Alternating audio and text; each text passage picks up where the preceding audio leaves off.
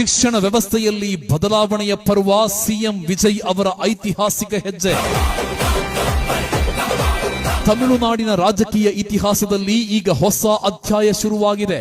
ಮುಖ್ಯಮಂತ್ರಿಯಾಗಿ ಅಧಿಕಾರ ವಹಿಸಿಕೊಂಡ ಬೆನ್ನಲ್ಲೇ ದಳಪತಿ ವಿಜಯ್ ಅವರು ಶಿಕ್ಷಣ ಕ್ಷೇತ್ರದಲ್ಲಿ ಒಂದು ದೊಡ್ಡ ಕ್ರಾಂತಿಗೆ ನಾಂದಿ ಹಾಡಿದ್ದಾರೆ.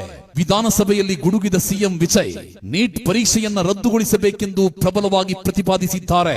ಅವರ ವಾದ ಇಷ್ಟೇ: ವೈದ್ಯಕೀಯ ಶಿಕ್ಷಣ ಎಂಬುದು ಕೇವಲ ಶ್ರೀಮಂತರಿಗೆ ಅಥವಾ ಕೋಚಿಂಗ್ ಪಡೆಯುವವರಿಗೆ ಮಾತ್ರ ಸೀಮಿತವಾಗಿರಬಾರದು. ಹಳ್ಳಿಗಳ ಬಡ ವಿದ್ಯಾರ್ಥಿಗಳಿಗೂ ವೈದ್ಯರಾಗುವ ಅವಕಾಶ ಸಿಗಬೇಕು. ಇದಕ್ಕಿರುವ ಏಕೈಕ ದಾರಿ ಎಂದರೆ ಸೆಕೆಂಡ್ ಪಿಯುಸಿ 12ನೇ ತರಗತಿಯ ಅಂಕಗಳ ಆಧಾರದ ಮೇಲೆ ಪ್ರವೇಶಾತಿ ನೀಡುವುದು. ವಿಜಯ್ ಅವರ ಸರ್ಕಾರದ ಪ್ರಮುಖ ಉದ್ದೇಶಗಳು ಹೀಗಿವೆ: ಸಮಾನ ಅವಕಾಶ, ಪ್ರತಿಭಾನ್ವಿತ ಗ್ರಾಮೀಣ ವಿದ್ಯಾರ್ಥಿಗಳಿಗೆ ಅನ್ಯಾಯವಾಗಬಾರದು, ರಾಜ್ಯದ ಸ್ವಾಯತ್ತತೆ, ಶಿಕ್ಷಣವನ್ನ ಸಂಪೂರ್ಣವಾಗಿ ರಾಜ್ಯ ಪಟ್ಟಿಗೆ ತಂದು ಆಯಾ ರಾಜ್ಯಗಳೇ ತಮ್ಮ ವಿದ್ಯಾರ್ಥಿಗಳ ಭವಿಷ್ಯ